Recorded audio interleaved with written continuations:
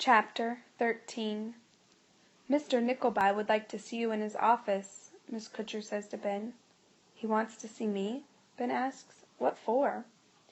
I don't know, she says. The secretary just sent me a note asking for you to come to the principal's office. The last bell will ring in a few minutes, so you'd better get your things and hurry down there. Ben walks down the empty hallway, wondering why Mr. Nickleby sent for him. He's never been called to the office for doing anything wrong before. He doesn't like Mr. Nickleby, but not just because he's the principal.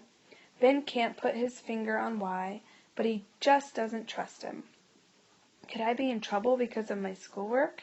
He wonders. He hasn't done his geography report, but Mr. Nickleby couldn't have heard about that. For all Miss Kutcher knows, he's been working on the report all along. When he reaches the office, he sees his mom and dad just outside it, sitting in the chairs against the wall. What are they doing here? He gets a sick feeling in his stomach. Before Ben can say anything to his parents, Mr. Nickleby strides out of his office toward them, wearing one of those fake little smiles that adults give kids when they want something out of them. Hello, Ben, Mr. Nickleby says. Why don't you all come on in?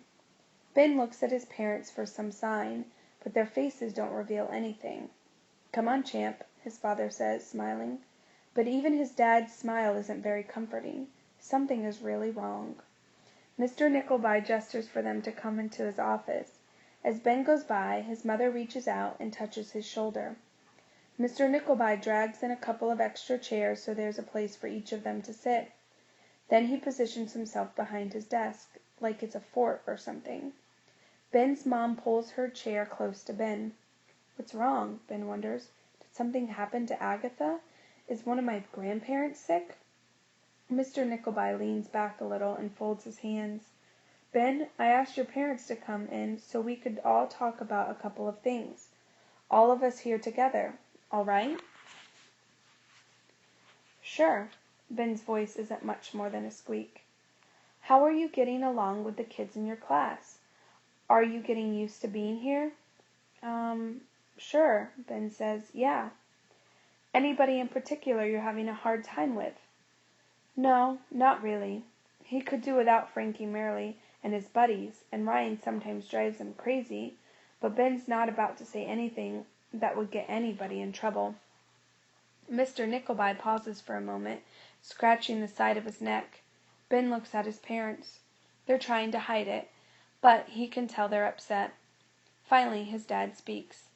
We've been talking with Mr. Nickleby while we were waiting for you. He'd like to ask you a few questions about Miss Tibbets. Okay, says Ben. This doesn't help much. He still can't figure out what's going on. How do you like Miss Tibbets? Miss Nickleby asks. Fine. I like her fine. I hear you've helped around her house a little. Uh-huh, Ben says. Yes, sir. What do you do when you go there? Now Ben is confused. He's sure there's a right answer and a wrong answer, but he can't think of what they might be or where the conversation is headed. It feels like a trap. I helped her in her backyard, and one night she showed me some toads in a little pool. All three adults stare at Ben. Mr. Nickleby breaks the uncomfortable silence with another question. Anything else? No, Ben says, shaking his head. Mr. Nickleby draws in a breath. What about snakes? Did you help her with the snakes? No. Did Miss Tibbets tell Mr. Nickleby how he let the snakes out? Is he in trouble for that? Does Miss Tibbets have some poisonous snakes? Rattlesnakes, for instance. Ben glances over at his parents. His dad's sitting there looking like he's trying his best to keep his mouth shut. His mom just looks worried. Couldn't you ask her? Ben doesn't want to say more until he figures out what's going on. I'll talk to Miss Tibbets, but first we'd like to hear your story. Ben? His dad's eyes look tired. Just tell Mr. Nickleby what you know. Well, she did, but they got away. Did she let you help with the snakes? Mr. Nickleby asked. No, not really. What do you mean, not really? Did she let you get near them? No, she... Well, Ben, Mr. Nickleby interrupts, here's the problem. That's not what you told some other kids. I know, but that was just a story I made up. But we understand that Ryan Brinson said it was true. Suddenly Ben's dad sits forward. Wait a minute, Mr. Nickleby. We've talked about this already. The snakes got away. Miss Tibbets called us and told us. Ben doesn't know anything about it. Ben glances over at his dad. His parents trust him, but they don't know what really happened. I want Ben's side of the story, Mr. Nickleby said. Ryan didn't know anything about it. He was just saying that so the other kids would believe me. He's never even been to her house. Mr. Nickleby leans forward. So you didn't have anything to do with the snakes. Ben looks at his parents. He bows his head. What is it, Ben? His mother asks. What happened, Ben? His father asks. Now they're both concerned. I let them out, Ben whispers.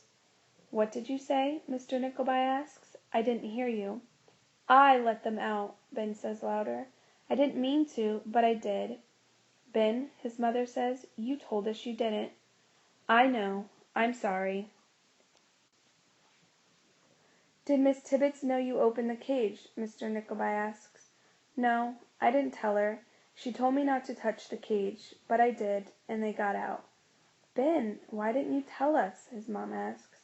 I couldn't. I wanted to, but I couldn't. And then finally I told Miss Tibbets, the night of the Spadefoots. She wasn't... Miss Tibbets should have told you, Mr. Nickleby said to Ben's parents, and she shouldn't have left Ben alone with the snakes.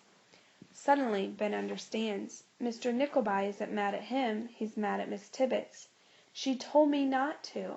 Ben tries to keep his voice under control. I wasn't supposed to go near them. It wasn't her fault. She told me not to go near the snakes, and I did it anyway. All right, says Mr. Nickleby, shifting in his chair. I think I've got a pretty good picture of what happened. No, you don't, Ben protests. Okay, Ben's dad says. He puts his hand on the back of Ben's neck and gives it a gentle squeeze. It's all right, Ben, says Mr. Nickleby. We don't need to talk about this any more right now. He relaxes back into his chair. What about your classes? Any problems there? Ben shakes his head. I hear the 5th graders are doing a big report on ecosystems. How's yours coming? Okay. Ben can't get his mind off the snakes. Why didn't he just leave the cage alone? And why did he have to tell stupid Frankie Merely about them? Everybody stands up. Mr. Nickleby extends his hand for Ben to shake. Ben doesn't want to, but he forces himself to put out his hand. The principal's palm is moist with sweat. Will Miss Tibbets be okay? Ben asks.